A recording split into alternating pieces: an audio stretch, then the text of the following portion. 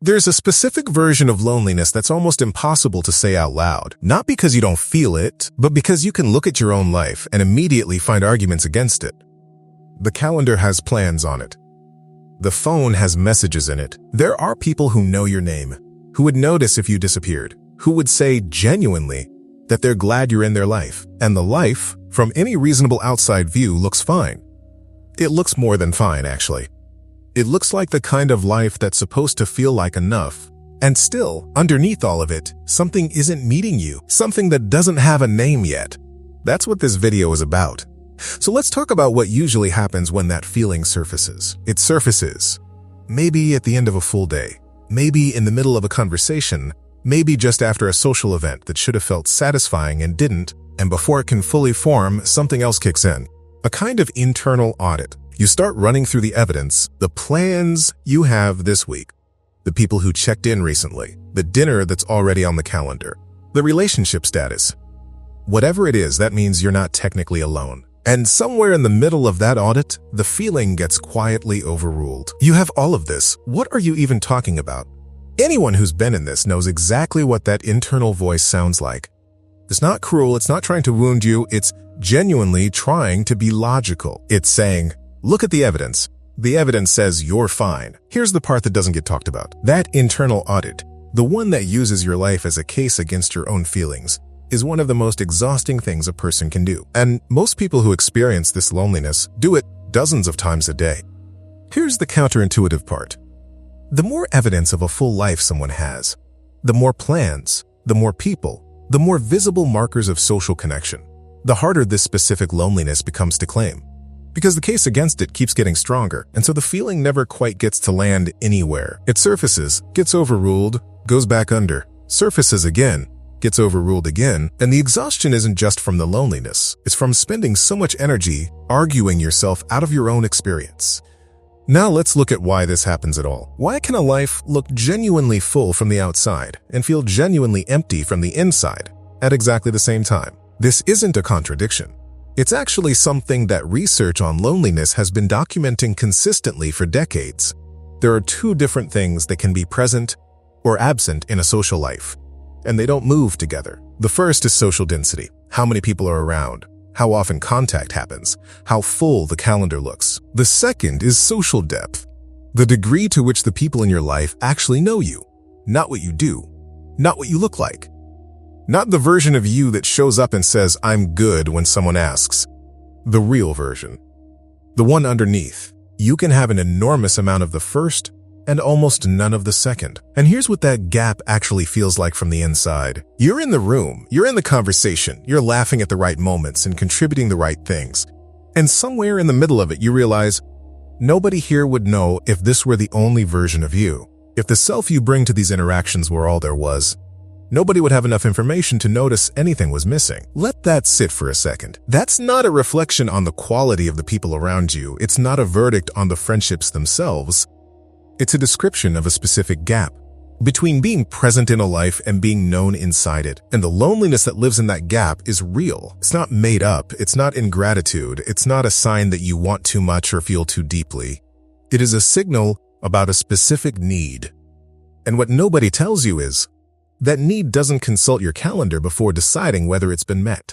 The group chat doesn't fill it. The dinner plans don't fill it. The relationship, the job, the city, the social life that looks right from a distance, none of those fill it, because none of those are the thing it's asking for. It is asking to be known. And the question isn't whether your life is full, the question is whether anyone in it actually knows you're in it. Which brings us to something harder.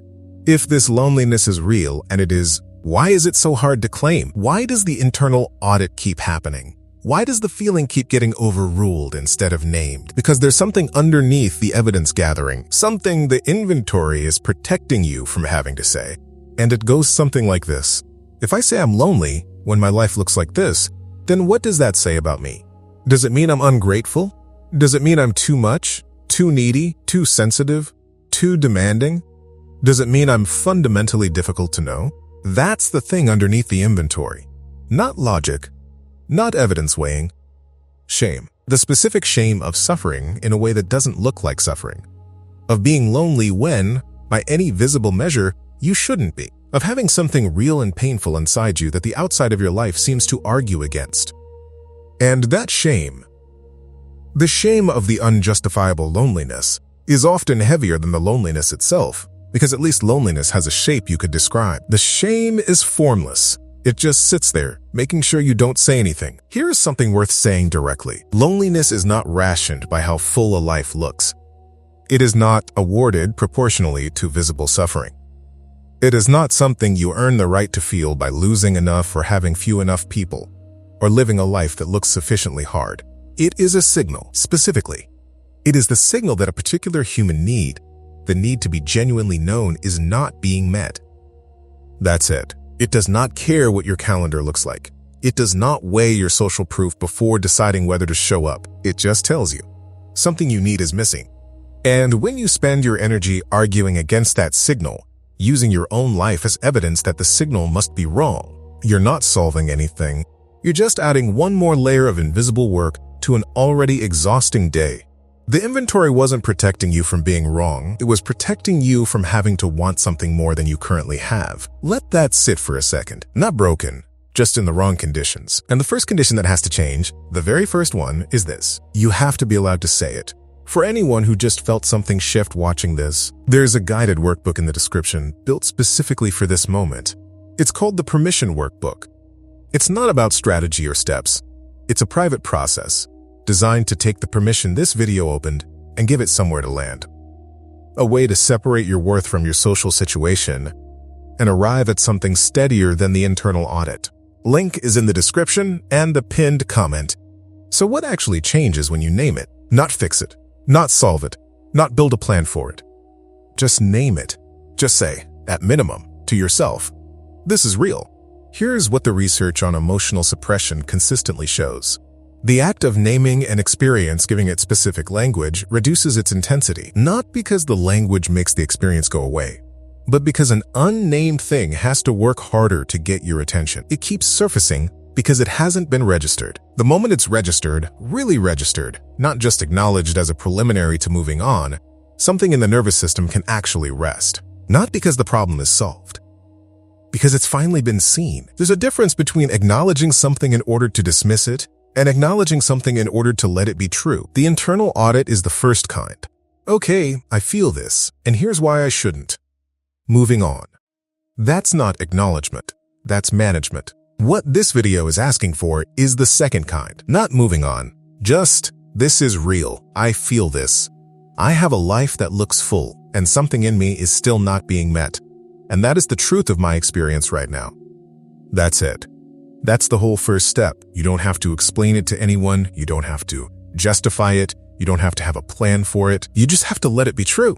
And what that unlocks, slowly, not all at once, is the ability to start wanting something more specific. Because right now, the loneliness is diffuse. It's everywhere and nowhere. It's the background hum of a life that looks right and feels incomplete. When you name it, when you say this is the gap, this is the specific need that isn't being met, it starts to have edges. And things with edges can be worked with. Things without names can only be survived. That's what naming gives you. Not the solution. The location. And you cannot move through a door you can't see. Now you can see it. If this opens something you want to take further, somewhere private at your own pace, the link in the description and the pinned comment will show you where to go next. What's the specific moment when you realized the fullness of your life wasn't actually the same as feeling known? So here's where we actually are. You came to this video with something that didn't have a name. Something you'd probably been cross-referencing against your calendar, your messages, your social proof, finding it unjustifiable every time, sending it back under before it could fully form. That's done now. Here's the name. It's the loneliness that lives in the gap between being present in a life and being known inside it. It's real, it has a shape, it has a structural reason, and it has nothing to do with how much you deserve connection, or how easy you are to love, or whether there's something in you that quietly repels the kind of closeness you've been wanting. The loneliness was real the whole time. You just weren't allowed to call it that yet. And I want to be careful here, because this is the part where it would be easy to say, and now that you've named it, here's what you do. But that's not where we are today. Today is just this. You let it be true. You said, even just to yourself, even just sitting here. I have a full life and something in it isn't meeting me. And that sentence, the one you've been arguing against, that's not ingratitude. That's not too much. That's not a verdict on who you are or what you're worth. That's just someone telling the truth about their experience. Whatever brought you to this video, the friendship that stayed surface level, the social life that looks fine from outside and feels hollow from in, the sense that you're always slightly outside the version of belonging you were supposed to find by now, none of that was a verdict. That was information about conditions. And conditions, unlike character, can change. You don't have to be different. You just need a different relationship with what you're actually feeling, and that starts here. With a name, with permission, with this is real and it's mine, and I'm allowed to say so. You're not as far from being known as it feels right now. One true thing. That's where it starts.